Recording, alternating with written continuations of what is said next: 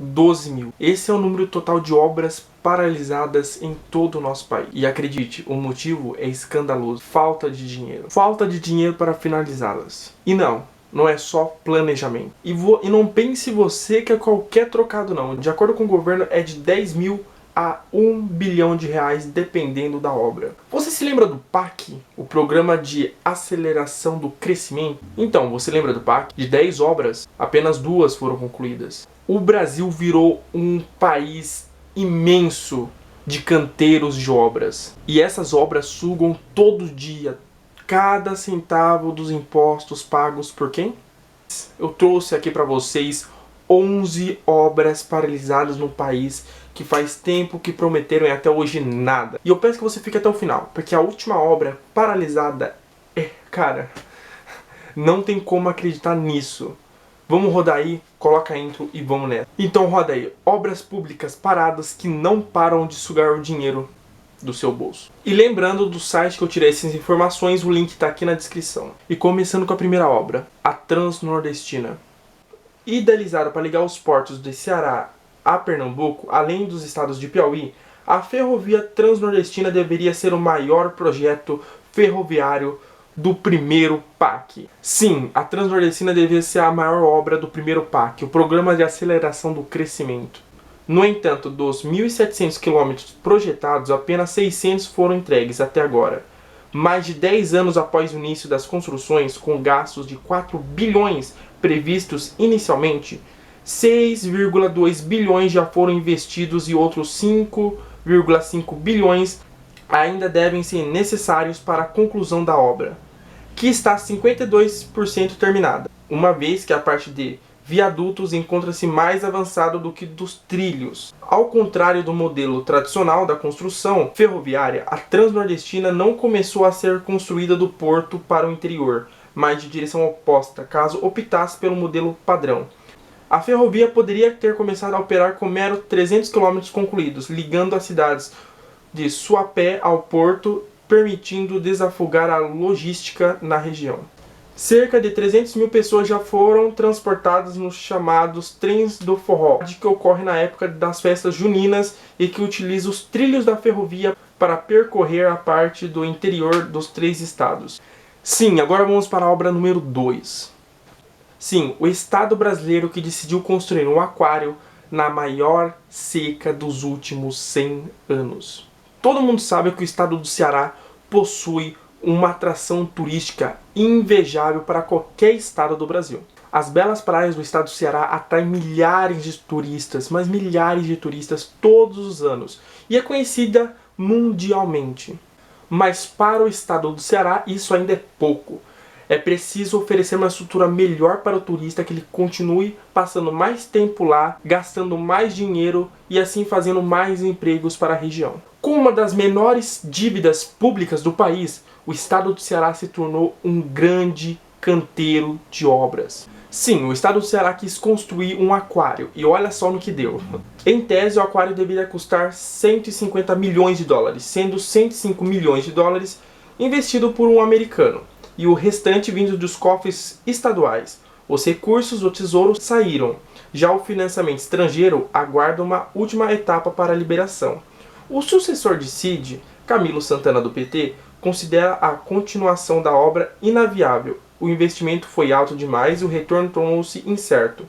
O que fazer com a obra então? Para o governador, a resposta é simples: privatizar. Uma consultoria deve ser contratada para analisar os termos e então repassar a obra para iniciativa privada. Sim, a obra que foi construída com dinheiro público agora vai ser privatizada. Parabéns, Brasil! A transposição do Rio São Francisco foi inaugurada, mas a conclusão só ficou para 2018. Inaugurar obras incompletas não é novidade quando se trata do nosso querido Brasil, não é mesmo? Como se era de esperar, o mesmo ocorreu com a transposição das águas do Rio São Francisco. Idealizada no século XIX por Dom Pedro II, a construção começou a ser tocada em 2005 e em 2007 foi incluída no PAC número 1 ainda. Entre 2005 e 2015, entre 8,37 bilhões e 9,5 bilhões foram investidos, mais do que o dobro de 4,5 bilhões de reais previstos inicialmente. Para ser concluída a obra ainda, faltam ainda 1,1 bilhões de reais. Pouco, né? Muito pouco, porque faz pouco tempo que está aí construindo essa obra aí que, se fosse finalizada, teria várias cidades no Nordeste que não estaria passando pela seca que está passando hoje, famílias morrendo. E acredite se quiser, os desvios de recursos da obra já chegaram a ser alvo de operação da Polícia Federal, intitulada como Vidas Secas, em meio à seca que atinge a região Nordeste há pelo menos 5 anos. A obra é uma promessa e ainda não ficou pronta. A refinaria, que custou 8 vezes mais o valor inicial, e sim, levou um calote do nosso querido país vizinho aqui, a Venezuela. Um símbolo da união entre Brasil e Venezuela, a refinaria Abreu e Lima, em Pernambuco, chegou a ser inaugurada pelos dois presidentes da época ainda, Lula e Hugo Chávez. A primeira grande refinaria construída em décadas, com um orçamento de 2,4 bilhões de dólares, cedidos em uma parceria da Petrobras com a estatal venezuelana de petróleo. A ideia de refinar o petróleo venezuelano, agregando valor a ele e ajudando os dois países a se tornarem menos dependentes dos preços internacionais, não passou de um sonho. O pesadelo, entretanto, veio com a conta final. A refinaria custará, segundo estimativas, 20 bilhões de dólares. E quando estiver totalmente concluída, a parte que a empresa estatal venezuelana de petróleo pagaria, porém, não virá. A empresa deu oficialmente um calote em sua parte, mas contou com uma generosa ajuda brasileira. A Petrobras perdoou o calote que a empresa estatal venezuelana fez nessa obra aí, que custou muito pouco, né? Muito pouco, então não tem como perdoar todo esse dinheiro. Perdoou e abriu mão de cobrar o valor da estatal venezuelana de petróleo. O superfaturamento na obra, que já somam dezenas de denúncias, chegaram a ser julgadas pelo juiz Sérgio Moro. Cada ano que passa, a energia verde vira uma alternativa melhor aí para substituir a energia atual. E sim, no Brasil não é diferente, e essa obra que vamos falar agora é a prova disso. Restam poucas dúvidas do que o setor de energia eólica realmente decolou no Brasil. Já foram dezenas de bilhões em investimentos apenas nos últimos 2 anos. Nada menos do que 166 parques construídos até 2015. Construir parques, no entanto, é apenas parte da questão. É preciso ecoar a produção por meio de linhas de transmissão, e juntamente aí que reside o problema.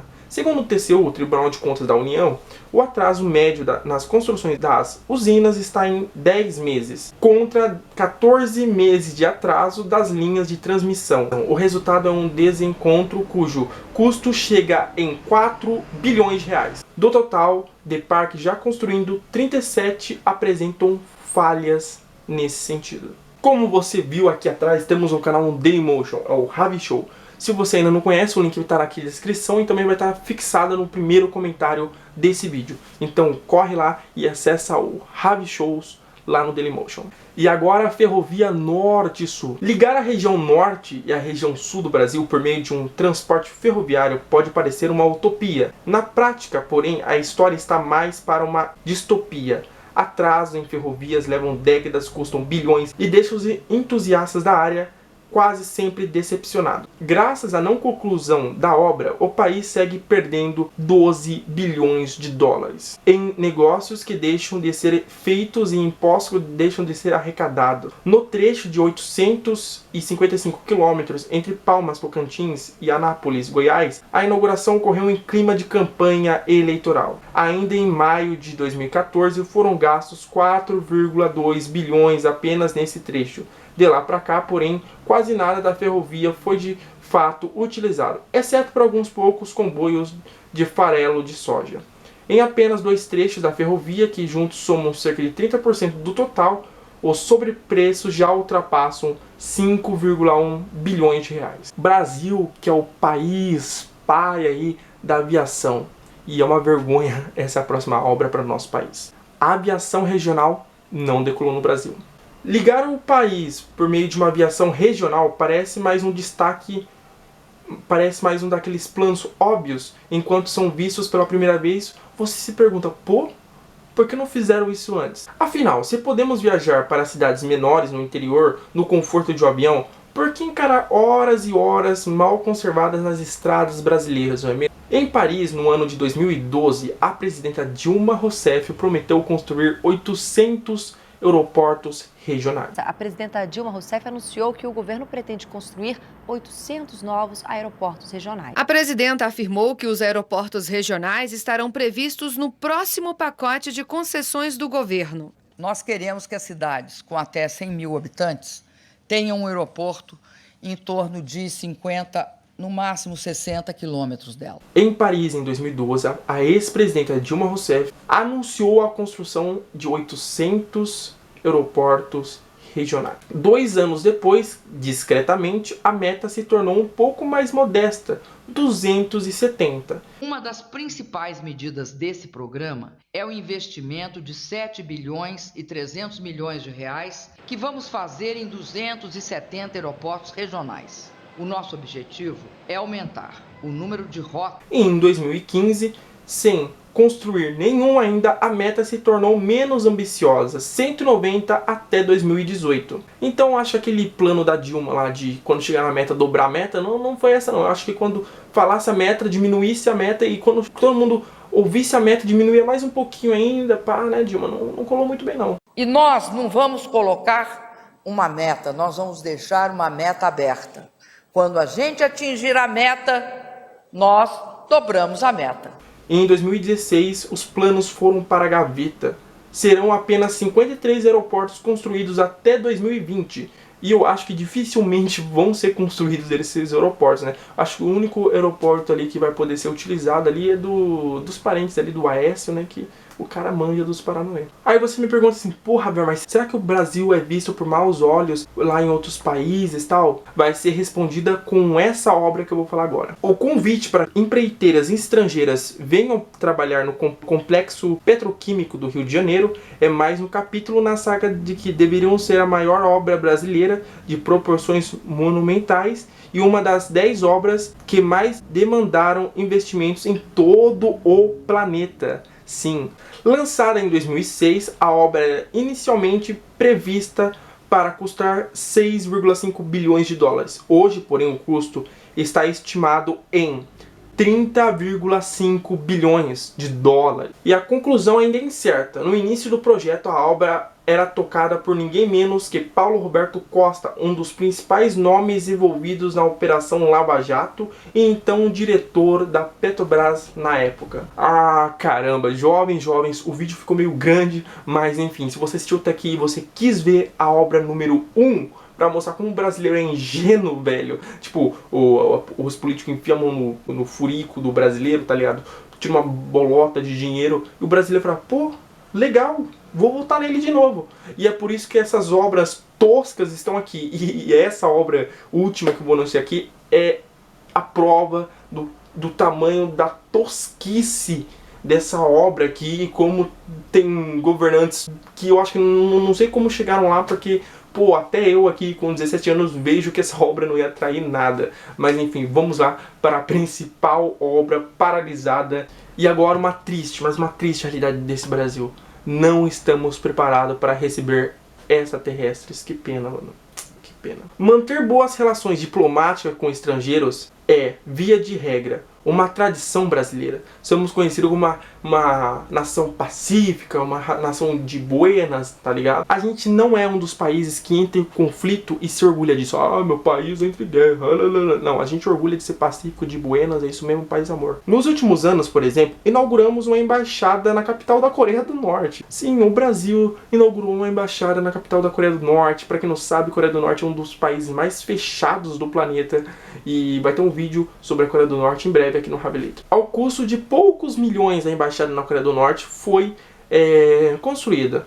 Na teoria, o Brasil pretendia ajudar a Coreia do Norte a se sentir menos ecoada e assim colaborar com a paz mundial. O intuito é nobre, mas infelizmente este não seria o resultado no caso de uma invasão alienígena do planeta, né?